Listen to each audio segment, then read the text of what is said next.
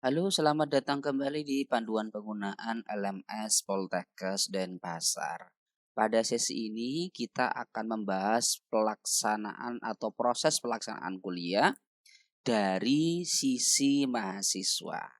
Nanti kita akan bahas mulai dari perkuliahan asinkronus sampai dengan perkuliahan sinkronus. Baik, setelah berhasil login ke aplikasi, silakan pilih menu kursusku atau My Course untuk melihat ada kursus apa saja yang di-enroll atau dapat diikuti oleh mahasiswa tersebut. Ada banyak kursus di sini ya. Saya akan ambil satu kursus yang memang sudah saya persiapkan sampel datanya untuk panduan biar tidak merusak proses kursus yang lain. Yang sudah saya siapkan adalah sebentar kita akan cari di halaman 2 ini ada. Nah, ini. Kalau yang tadi enggak kita ubah ya karena takut mengganggu proses perkuliahan yang sedang berjalan. Baik. Klik untuk masuk kursusnya. Nah, bisa dilihat di sini ada banyak sekali sesi atau activity yang bisa diikuti oleh mahasiswa. Baik, kita akan bahas satu persatu ya. Kita akan masuk di pertemuan 2. Di pertemuan 2, dosen sudah menyiapkan materi untuk perkuliahan yang asinkronus. Apa sih asinkronus itu? Nanti teman-teman mahasiswa bisa cari atau tanya kepada pakar biar mendapatkan penjelasannya lebih bagus dan lebih komplit ya. Cuman secara sederhana kalau boleh saya kasih spill adalah perkuliahan yang memang tidak dalam antara dosen dan mahasiswa tidak dalam waktu yang sama. Jadi tidak berinteraksi secara langsung.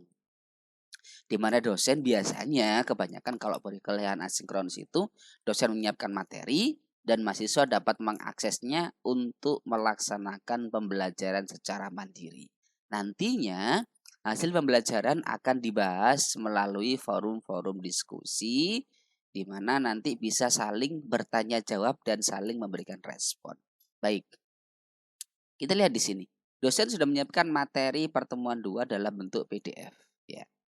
Nah, yang perlu diperhatikan adalah apa sih yang harus dilakukan oleh adik-adik mahasiswa agar dinyatakan sudah mengikuti perkuliahan ini? Nah, lihat di sini. Syaratnya di sini. Anda harus melihat.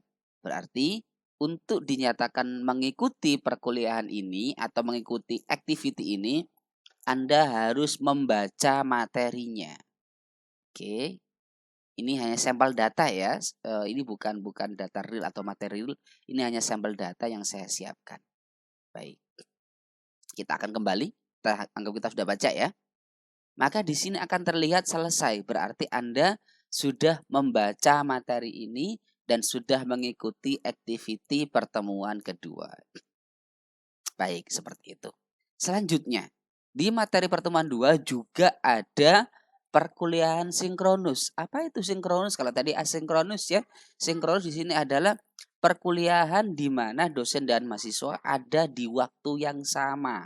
Walaupun mungkin di tempat yang berbeda dan pertemuannya dilakukan secara virtual. Media apa yang dipakai? Media yang dipakai di LMS Poltekkes Denpasar adalah Google Meet. Jadi nggak perlu install lagi, tinggal buka browsernya aja, ini sudah bisa menggunakan Google Meet. Atau kalau yang pakai gadget, bisa memanfaatkan gadgetnya, install aja Google Meet di Google Play Store atau App Store yang pakai Apple. Baik, sama. Ini juga ada syarat harus melihat, berarti harus join nih, harus ikut perkuliahan baru dinyatakan secara sistem atau secara administratif dinyatakan mengikuti perkuliahan atau activity perkuliahan pertemuan 2. Bagaimana untuk join? Klik aja di sini. Kemudian di sini ada keterangannya. Untuk join tinggal enter the room. Nanti teman-teman akan dibukakan sebuah tab baru atau window baru di browsernya. Atau nanti kalau pakai gadget dia akan dibukakan aplikasi Google Meet untuk join ke perkuliahan. Nah, saya rasa sudah sangat familiar baik dengan Google Meet, Microsoft Teams, Zoom, dan lainnya ada banyak sekali platform yang bisa dipakai untuk melaksanakan perkuliahan secara video conference. Kalau sudah seperti ini, silakan klik minta bergabung. Oh sorry, ternyata ini internet saya putus. Tapi tampilannya seperti tadi ya.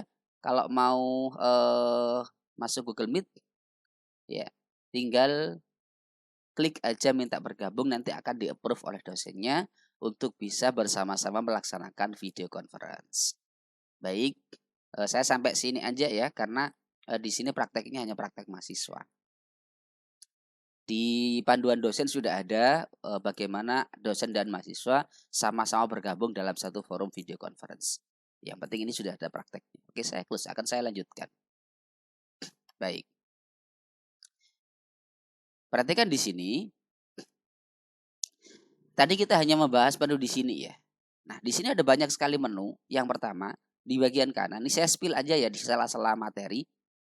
Di sebelah sini, ini ada profilnya. Mulai dari aksesibilitas, data profil Anda, nilai kuliahnya, bahkan Anda juga bisa memilih bahasa, mau bahasa Indonesia atau bahasa Inggris, tinggal familiarnya yang mana.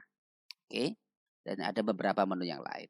Kemudian, akan saya spill juga di bagian bawahnya, ini ada jejak halaman atau page yang Anda kunjungi. Kalau kita klik di sini berarti ini kursnya ya. Kursnya di sini ada banyak sekali activity. Kalau kita klik salah satu materi, dia akan berbeda nanti di sini. Nah, jadi level 1 kursnya, level 2 ini pertemuan 2, berarti ini hanya membahas activity di pertemuan 2. Ya, kalau seperti ini berarti detail activity-nya. Nah, kita bisa memanfaatkan ini untuk berpindah-pindah page. Kita bisa kembali ke pertemuan 2 seperti ini misalkan. Ada 3 activity, atau kita mau lihat seluruh activity pada course ini, klik aja nama kursnya. Nah, seperti ini. Kemudian terakhir, di bagian kiri juga ada navigasi. Jadi teman-teman bisa memanfaatkan ini juga untuk masuk ya. Kayak tadi ini kita langsung masuk pertemuan 2, kita bisa cek materi seperti ini, bisa pakai navigasi, bisa juga pakai langsung di sini boleh, pakai navigasi boleh. Jadi ini menu-menu yang membantu teman-teman mahasiswa untuk mengakses aplikasi gitu ya. Terakhir, ini juga ada menu di sini. Ini sub menu ya, sub menu dari course yang sedang kita buka. Ya. Sub menunya apa? Yang pertama ada peserta. Jadi teman-teman bisa melihat satu kelasnya ini ada siapa aja, pengajarnya siapa, siswanya siapa, dan seterusnya. Kemudian poin nilai, ini nanti untuk melihat rangkuman dari nilai perkuliahan yang didapatkan.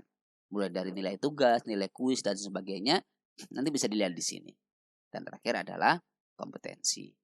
Baik itu saya spill di sela-sela materi. Baik, kita akan melanjutkan materi. Kita akan kembali ke kursus. Tadi kita sudah, kita anggap sudah ya, kita sudah membaca materi kedua, kemudian kita sudah mengikuti perkuliahan dengan video conference. Kita akan masuk ke berikutnya. Apa berikutnya? Ada forum diskusi. Nah, ini juga untuk perkuliahan yang kalau bisa saya bilang sih forum diskusi itu asinkronus juga. Kenapa? Memang forum diskusi ada interaksi tapi kan tidak langsung. Bisa jadi sekarang dosennya post, habis itu dia log out, mahasiswanya ngasih komentar atau ngasih reply dan sebagainya dan sebagainya. Jadi tidak harus di waktu yang sama. Tapi kalau untuk Google Meet harus di waktu yang sama. Kalau nggak di waktu yang sama nggak bisa berinteraksi. Baik. Nah, bagaimana agar kita dianggap mengikuti forum? Kita harus mengirim 2 balasan. Baru dianggap mengikuti activity forum. Oke, kita klik activity-nya. Baik, di sini sudah ada satu sampel topik ya. Ini dosennya sudah melempar satu topik. Tugas kita adalah memberikan reply atau memberikan tanggapan. Baru kita dianggap sudah mengikuti. Oke, ternyata forumnya sudah tidak tersedia ya. Ada warnanya seperti ini. Ya. Sehingga kita tidak bisa mengikuti forum ini karena sudah mencapai batas waktu untuk mengikuti forum. Tidak ada masalah. Andai kan forumnya masih aktif, maka teman-teman mahasiswa bisa memberikan balasan di sini. Oke, tidak apa-apa. Kita hanya memberikan info aja kalau gitu forumnya ya. Intinya sama, forum tuh kayak mungkin teman-teman pernah tahu media sosial ya, bisa memberikan komentar. Nah, kira-kira seperti itu. Baik. Selanjutnya, materi untuk perkuliahan asinkronus nanti banyak sekali. Ada materi PDF, ada materi video, ada materi yang berupa file dan sebagainya dan sebagainya. Nah, yang perlu saya spill di sini adalah lihat kalau tadi yang kedua dua ini langsung tersedia ya, tersedia. Maka yang ini belum tersedia. Nah, tersedianya adalah pada tanggal 31 Januari. Jadi saat video tutorial yang dibuka ini tidak bisa dibuka karena memang disetting oleh dosennya untuk tidak diakses terlebih dahulu. Yang kedua, yang materi ini tersedia ketika materi pertemuan 3. Nah, yang ini yang video ini itu dianggap selesai. Jadi kita harus selesaikan ini dulu. Kapan penyelesaiannya? Mulai tanggal 31 Januari. Baru kita bisa mengakses materi yang berikutnya. Karena materi berikutnya tertaut pada materi video pertemuan 3. Ini akan kita spill di panduan berikutnya bersamaan dengan kita akan membahas tugas atau assignment dan juga kuis. Baik, sekian untuk panduan ini sudah 11 menit, sudah overload 1 menit ini. Semoga bermanfaat. Terima kasih.